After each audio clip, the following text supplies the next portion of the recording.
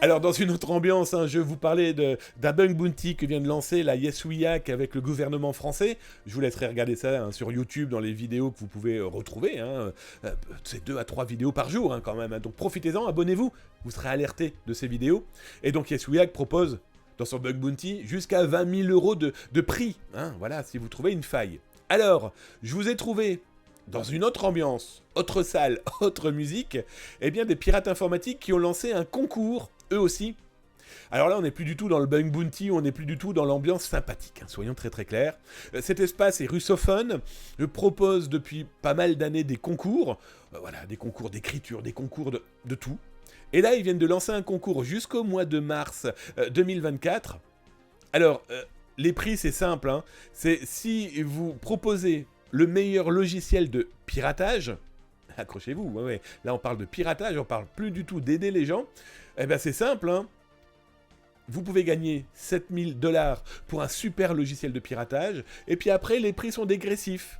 Mais alors ils proposent des logiciels de chiffrement, du ransomware par exemple, des logiciels de crack, d'attaque, de scan, de phishing, c'est complètement fou.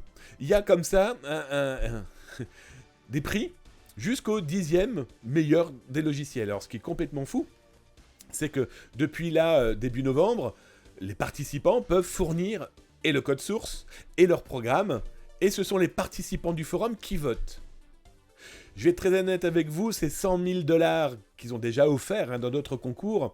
Ce site internet, il faut obligatoirement qu'ils trouvent des sponsors, des partenaires.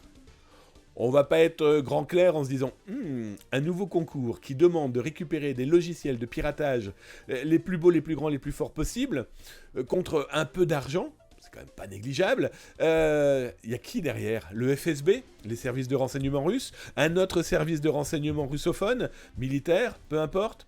Logbit, par exemple, aussi. Hein, Logbit, faut-il rappeler, avait fait quelques concours complètement à la con pour eh bien, s'accaparer soit de la promo, soit eh bien, de nouveaux affiliés ou de nouveaux outils.